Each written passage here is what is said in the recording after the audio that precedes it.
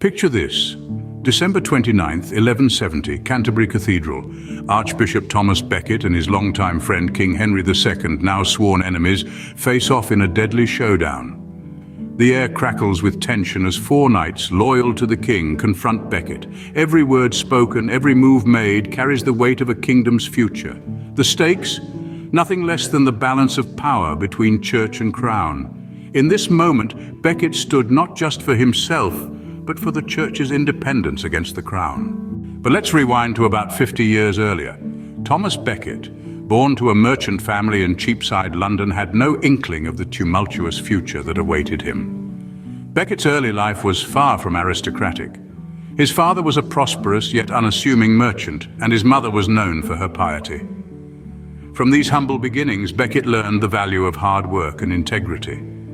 His education at Merton Priory and later studies in Paris provided him a solid foundation in religious and secular affairs.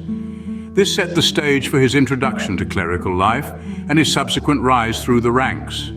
Becket's sharp intellect and charisma caught the eye of Theobald of Bec, the then Archbishop of Canterbury, who took him under his wing. This mentorship propelled Becket into the world of politics and diplomacy, leading to his role as a trusted advisor to King Henry II. Becket's quick wit and charm won him a place at the heart of English power. But his life took a dramatic turn when he was appointed Archbishop of Canterbury. With the new title, Becket found himself caught in a fierce struggle between the church and the king.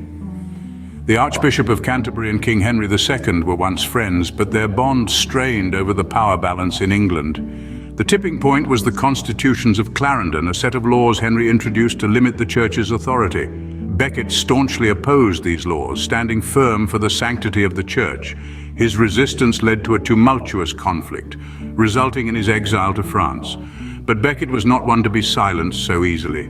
After 6 long years, he returned to England unbroken and continued to challenge the king. This wasn't just about personal power. It was about the very soul of the nation, a battle between secular and religious authority. Becket's defiance set the stage for an inevitable clash, one that would echo through the corridors of history. Back to that cold December evening, 1170, Becket's stand against the king's men cost him his life, but in death, he became a symbol. The Archbishop of Canterbury, Thomas Becket, fell to his knees in the cathedral, slain by 4 knights who believed they were carrying out the will of King Henry II.